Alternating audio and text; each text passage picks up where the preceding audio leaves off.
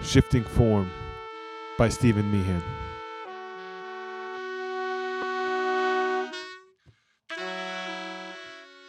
Tarian sat in solitary silence, taking in the emptiness of the meeting hall.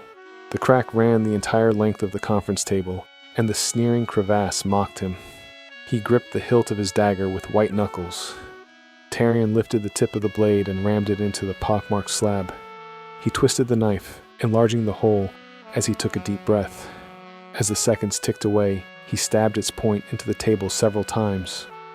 Between strikes, the door swung inward. Keldon stepped inside, eyeing his friend's assault on the ruined furniture, before letting out a sigh. Tarian drove the blade into the wood again, and Keldon claimed an empty seat. He waited for his friend to stop, but the knife didn't cease. He cleared his throat as he leaned toward his friend. If everything were normal, I wouldn't butt into your affairs. Why are you starting the habit? Tarian asked as he drove the dagger into the table. Keldon lifted 2 fingers. 2 reasons. First, sitting here and wallowing over what's happened for weeks isn't healthy. And the second?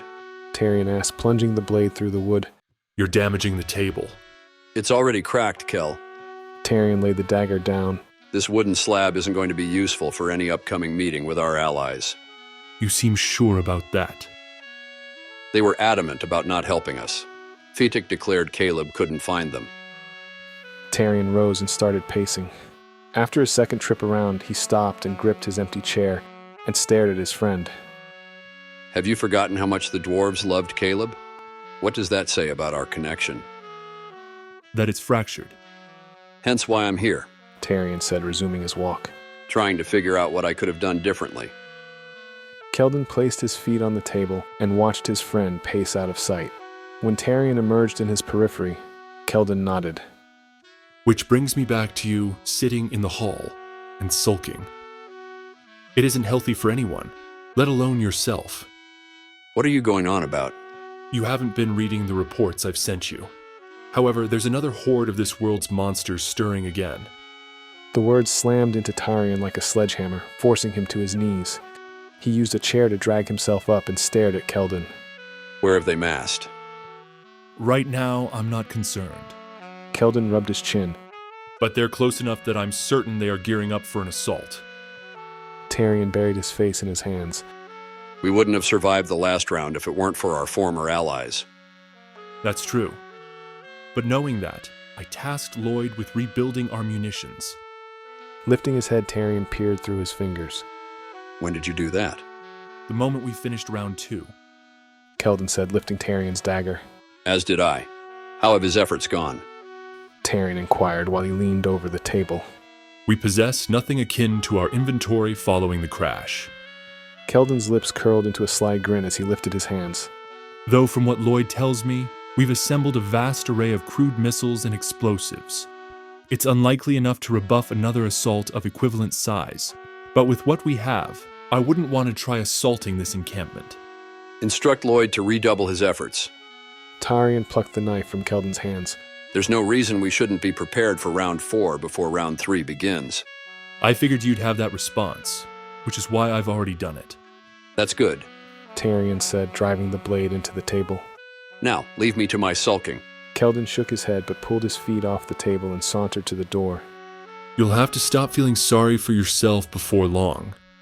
There are truths we strive for that upset individuals, but you cannot let that derail you. Go away, Kel. Yes, sir, Keldon said as he left. Tarian sat in silence and resumed his assault on the table. After a few moments, the door opened, and Keldon re-entered the hall and strode towards him. He leapt from his chair, a sudden scowl etched upon his face as he glared at his friend. I told you to leave me alone. The stoic Keldon pulled a crude dagger from his belt, leaping for Tarian. The leader dropped and rolled clear, rising to his knees to face his friend. Kel, stop! What's gotten into you? Keldon turned and shifted his stance, preparing for another attack. Tarian spun his knife in his hand while placing the table between them. I don't want to hurt you, Kel. But if you don't stop, one of us is going to regret this. In response, Keldon jumped over the table, swiping his blade at Tarian's throat.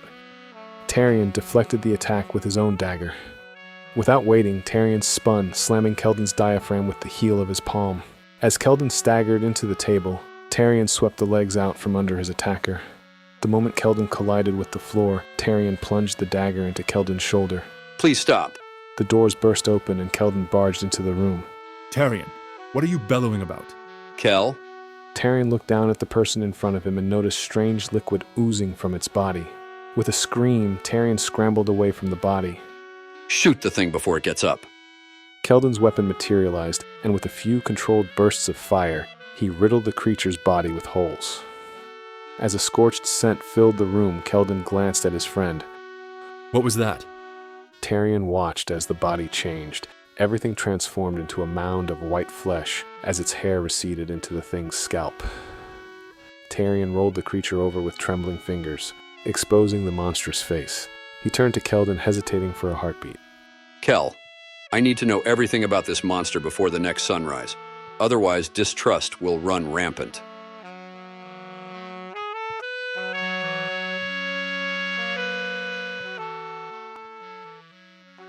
With that, our story concludes. I hope you've enjoyed today's reprieve from your daily grind. If you like the vibe, hit that like button, drop a comment, and subscribe if you haven't already. Because every bit helps get this channel spread to those who require a momentary chance to unwind. I'll see you for the next tale, my friends.